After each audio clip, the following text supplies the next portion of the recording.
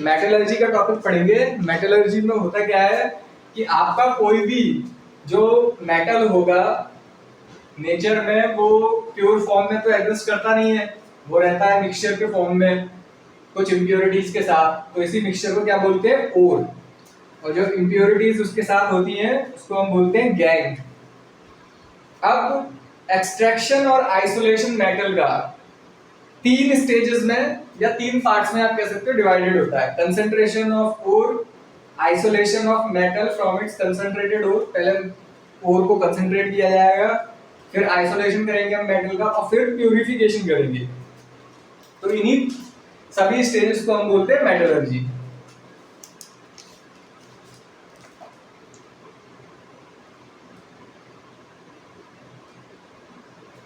ठीक है, तो अनवांटेड जो मटेरियल्स होते हैं ओर्स में से, उनको निकालने के प्रोसेस को हम बोलते हैं कंसंट्रेशन। जैसे कि सैंड, क्ले, आप ओर कोई एक्सट्रैक्ट करते हो अर्थ के क्रस्ट से, उसमें सैंड, क्ले भी आ जाता है, तो इन चीजों को सबसे पहले निकालना पड़ता है, उसे हम बोलते हैं कंसंट्रेशन। तो कंसंट्रेशन के अलग अलग तरीके हैं। पहला है ग्रेविटी सेपरेशन। ग्रेविटी सेपरेशन में क्या होगा कि ओर और गैंग के ग्रेविटी में जो डिफरेंस होगा उसके हिसाब से उन दोनों को सेपरेट किया जा सकता है। जैसे कि आप क्या करो, पानी फ्लो करा दो ओर में से, तो जो हैवी मेटल होगा वो नीचे सेटल हो जाएगा और हल्का गैंग जो होगा वो पानी के साथ फ्लो कर जाएगा। दूसरा है मैग्नेटिक सेपरेशन। ये कंसंट्रेशन की प्रोसेस चल रही है अभी। मैग्नेटिक सेपरेशन में क्या है कि एक रोलर के ऊपर से आपने ओर को फ्लो कराया, तो अगर मेटल में मैग्नेटिक प्रॉपर्टीज हैं तो वो अलग सेपरेट आउट हो जाएगा और गैंग अलग सेपरेट आउट हो जाएगा कन्वेयर बेल्ट पे से। दूसरा फिर है फ्लोटेशन प्रोसेस। ये हम 9th और 10th में भी बहुत पढ़ते हैं। ठीक है, इसमें क्या होता है कि सल्फाइड को जो है वो आप ऑयल के साथ वेट कराते हो, और जो आपका गैंग है वो आप पानी के साथ वेट कराते हो और अलग अलग कर लेते हो। समटाइम्स ऐसा भी पॉसिबल है कि 2 सल्फाइड को भी आप अलग अलग करा सकते हो डिप्रेसेंट्स के यूज से, या ऑयल और वाटर की कंसेंट्रेशन को, रेशियो को चेंज करके।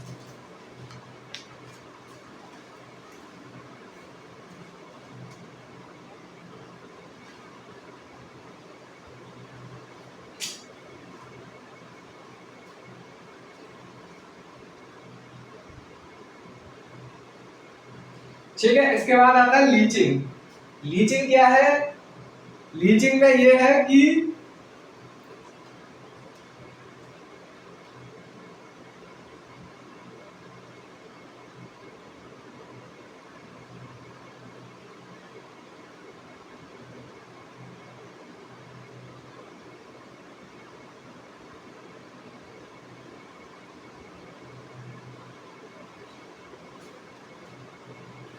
कई बार क्या होता है, ओर जो है आपका कुछ और इंप्योरिटीज के साथ होता है। जैसे एल्यूमिना का ओर बॉक्साइड है, ये SiO2 के साथ होता है, आयरन ऑक्साइड के साथ होता है, टाइटेनियम ऑक्साइड के साथ होता है। तो Al2O3 को लीच करने के लिए आप क्या करोगे, पहले Al2O3 को NaOH और वाटर के साथ रिएक्ट कराओगे, तो एक कॉम्प्लेक्स बन जाएगा 2NaAlOH4। ठीक है, इसको आप CO2 के साथ, गैस के साथ रिएक्ट करा दोगे तो Al2O3.XH2O बन जाएगा। ठीक है, और फिर जब आप इसको हीट कराओगे तो Al2O3 अलग हो जाएगा। तो ये लीचिंग का प्रोसेस है। इसे बोलते हैं लीचिंग, कि आप ओर को, जो प्रॉपर ओर आपको चाहिए वो बाकी की इंप्योरिटीज से आप अलग कर रहे हो। अब ये गैंग वाली बात नहीं बची, वो वाली चीज हम कंसंट्रेशन कर चुके हैं। अब हम अपने ओर को बाकी की इंप्योरिटीज के साथ से अलग कर रहे हैं। अब मान लो जैसे आपको सिल्वर की मेटलर्जी करनी है या गोल्ड की मेटलर्जी करनी है, इसमें आप क्या करते हो, साइनाइड से रिएक्ट कराते हो, मेटल को साइनाइड से रिएक्ट कराते हो, कॉम्प्लेक्स बन जाता है, फिर उसको सब्स्टिट्यूशन रिएक्शन करा देते हो जिंक वगैरह से, तो आपको मेटल मिल जाता है। अगला है रोस्टिंग। रोस्टिंग में क्या करते हो आप, रोस्टिंग में आप हीट कराते हो बहुत हाई टेम्परेचर पे, तो ऑक्साइड बन जाता है, जो भी आपका सल्फाइड होगा उसका ऑक्साइड बन जाता है। और फिर रिडक्शन कराओगे आप ऑक्साइड का मेटल में। ये कैसे करते हो आप? कार्बन से रिएक्ट करा के।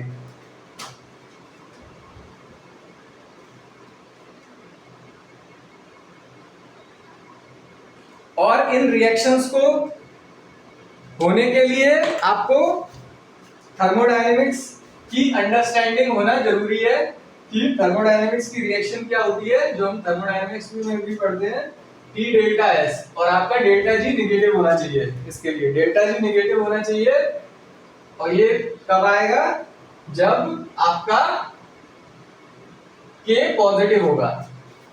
ठीक है, यानी रिएक्शन फॉरवर्ड प्रोसीड करेगी। जब रिएक्शन दो रिएक्शन से मिलके बनी होगी तो दोनों का सम मिला के डेल्टा G निगेटिव होना चाहिए। तो अगर आप टेम्परेचर इंक्रीज कर रहे हो तो जनरली क्या होगा? डेल्टा G निगेटिव होगा। ठीक है, अगर टेम्परेचर इंक्रीज कर रहे हो आपका डेल्टा S भी इंक्रीज हो रहा है तो ये ओवरऑल निगेटिव हो जाएगी वैल्यू। तो डेल्टा G इस केस में निगेटिव आएगा तो आपकी रिएक्शन प्रोसीड करेगी फॉरवर्ड।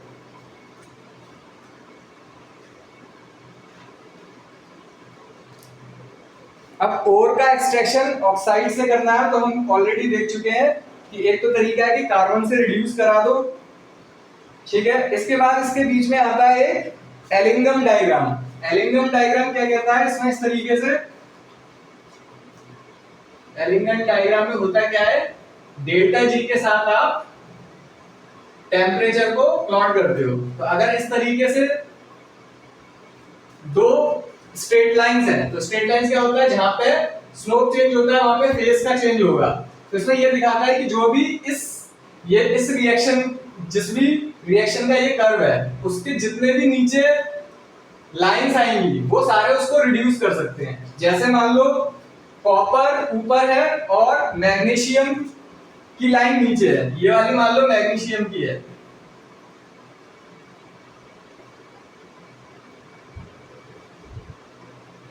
ये मान लो कॉपर की है।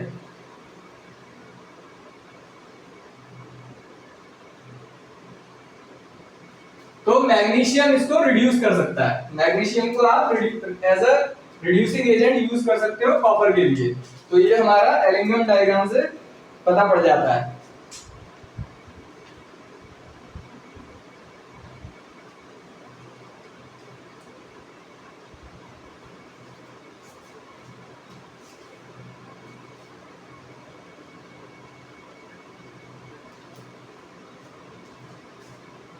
अब एक्सट्रैक्शन ऑफ कॉपर करना है अगर क्यूप्रस ऑक्साइड से तो क्या करोगे आप? पहले उसको स्मेल्टिंग करोगे या रोस्टिंग करोगे, यानी बहुत हाई टेम्परेचर पे हीट करोगे, ऑक्सीडाइज करोगे तो क्या होगा? क्यूप्रस ऑक्साइड बन जाएगा कॉपर सल्फाइड से। फिर क्यूप्रस ऑक्साइड को अगेन आप कार्बन की प्रेजेंस में रिड्यूस करा दोगे। आयरन ऑक्साइड होगा, उसको सिलिका SiO2 से अगर रिएक्ट कराओगे तो स्लैग बन जाता है।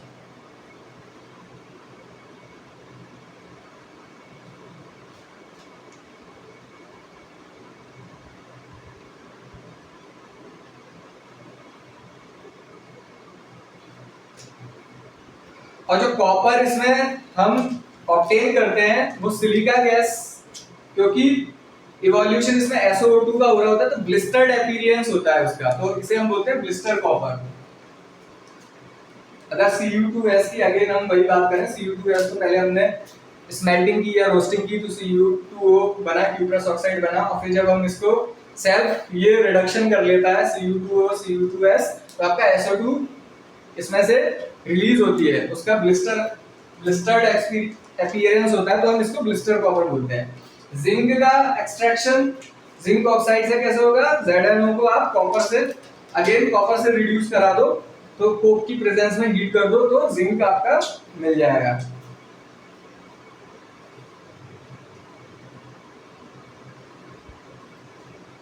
अगर आप इलेक्ट्रोलिसिस कर रहे हो तो आपका डेल्टा G, फिर आप ये वाली इक्वेशन देखोगे।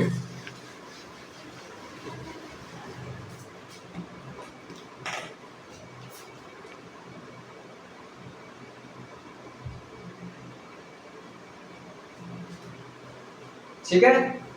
और रिडॉक्स कपल का इलेक्ट्रॉन पोटेंशियल है ई यहाँ पे।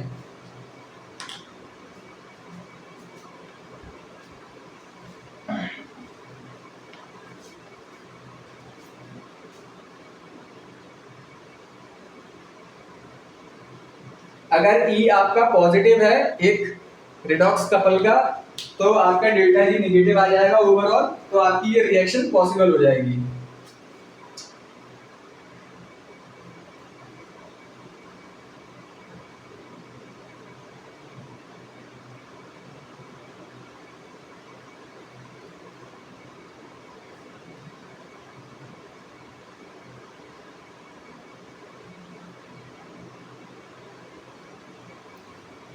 ठीक है। जनरली आपका मेटल इलेक्ट्रोलिसिस में कैथोड पे प्योर आपका मेटल डिपॉजिट हो जाएगा और इम्प्योरिटीज के साथ आपका एनोड पे रहता है।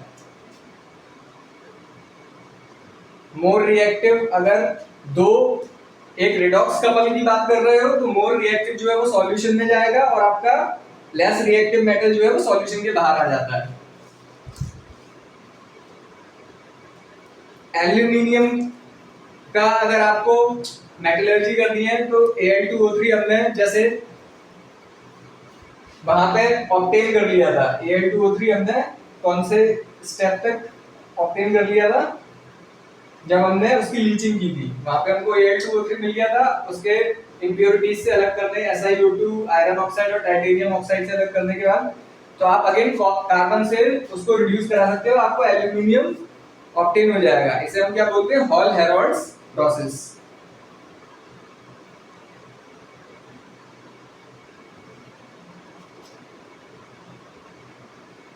और कॉपर का एक्सट्रैक्शन कैसे होता है?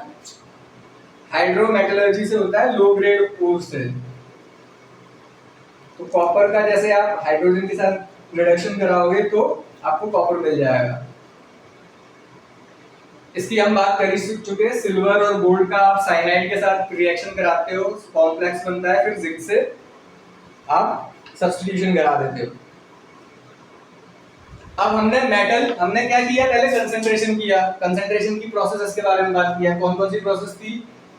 एक तो वो थी ग्रेविटी सेपरेशन, एक था मैग्नेटिक सेपरेशन, एक था फ्लोटेशन। उसके बाद हमने क्या किया? उसके बाद भी हमें जो ओर मिलता है उसमें से गैंग हटा दिया। ओर मिलता है उससे हम मेटल को एक्सट्रैक्ट कर रहे हैं अलग अलग तरीके से, लीचिंग, स्मेल्टिंग, रोस्टिंग, इलेक्ट्रोलिसिस, ठीक है, हाइड्रोजन रिडक्शन, इन चीजों से कर रहे हैं। उसके बाद क्या कर रहे हैं? इसके बाद भी हमें जो मेटल मिलता है उसमें भी कई बार इंप्योरिटीज होती हैं। उन इंप्योरिटीज को हम कैसे हटाते हैं? अलग अलग प्रोसेस से, distillation, liquation, electrolysis, zone refining, vapour phase refining, chromatographic methods. अब डिस्टिलेशन क्या है कि आप बॉइलिंग करोगे तो बॉइलिंग पॉइंट के सेपरेशन के, बॉइलिंग पॉइंट की डिफरेंस के हिसाब से आपको मेटल मिल जाएगा। जैसे लो बॉइलिंग पॉइंट मेटल्स होते हैं जिंक और मरकरी, इनका जब आप डिस्टिलेशन करोगे तो पहले इवेपोरेट हो जाएंगे, फिर आप डिस्टिल करके इनको सेपरेट कर लोगे। लिक्वेशन क्या है कि लो मेल्टिंग पॉइंट वाला जो मेटल होता है उसको आप फ्लो करा लेते हो स्लोपिंग सरफेस पे, इस तरीके से वो हाई मेल्टिंग पॉइंट वाले मेटल से अलग हो जाता है। इलेक्ट्रोलिटिक रिफाइनिंग में अगेन आप सेपरेशन कराओगे तो प्योर मेटल जो होगा वो आपका कैथोड पे डिपॉजिट हो जाएगा। जैसे कॉपर का इलेक्ट्रोलिसिस करोगे तो प्योर कॉपर मेटल जो है वो आपका एनोड पे होगा और प्योर मेटल आपका कैथोड पे होगा और एनोड पे आपका इंप्योरिटीज होगी। जोन रिफाइनिंग में क्या है?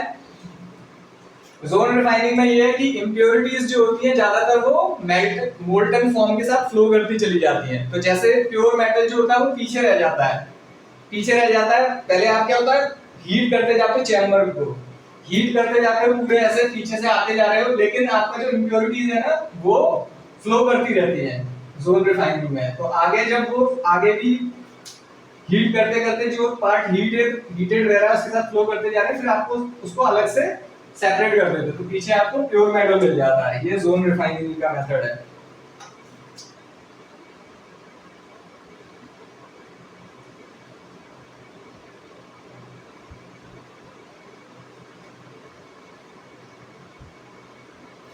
वेपर फेज रिफाइनिंग, जैसे मोल्ड प्रोसेस फॉर रिफाइनिंग निकल, इसमें क्या है, आप निकल को आपने कार्बन मोनोऑक्साइड के साथ रिएक्ट किया और एक कॉम्प्लेक्स बना लिया, फिर आपने इसको हीट किया तो निकल सेपरेट हो जाता है।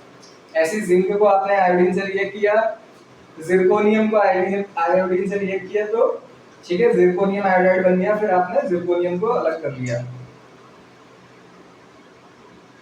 क्रोमेटोग्राफिक मेथड क्या होता है, क्रोमेटोग्राफी क्या होता है, इसमें क्या है, हर मेटल की अलग अलग एब्जॉर्प्शन रेट होती है, तो उनकी वजह से वो अलग अलग पैटर्न बना लेते हैं, तो उस हिसाब से सबको सेपरेट आउट कर लिया जाता है।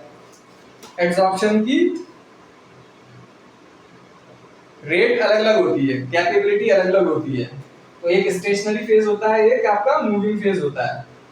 जैसे स्टेशनरी फेज आप एक पेपर को ले लो और मूविंग फेज नीचे आप वाटर को ले लेते हो, जो पेपर क्रोमेटोग्राफी आप जो जनरली करते हो लैब में।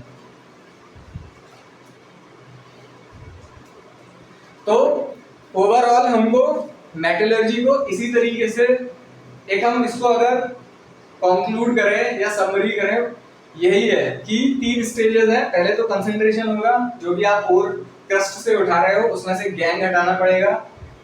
उसके बाद गैंग की मैंने प्रोसेस फिर से बता दी क्या क्या होती है, gravity separation, flotation, magnetic separation. उसके बाद अलग अलग तरीके का उसमें से जो ओर मिल रहा है उसमें से आपको मेटल लेना है, तो रिडक्शन है, लीचिंग है, स्मेल्टिंग है, ठीक है, और इलेक्ट्रोलिसिस है।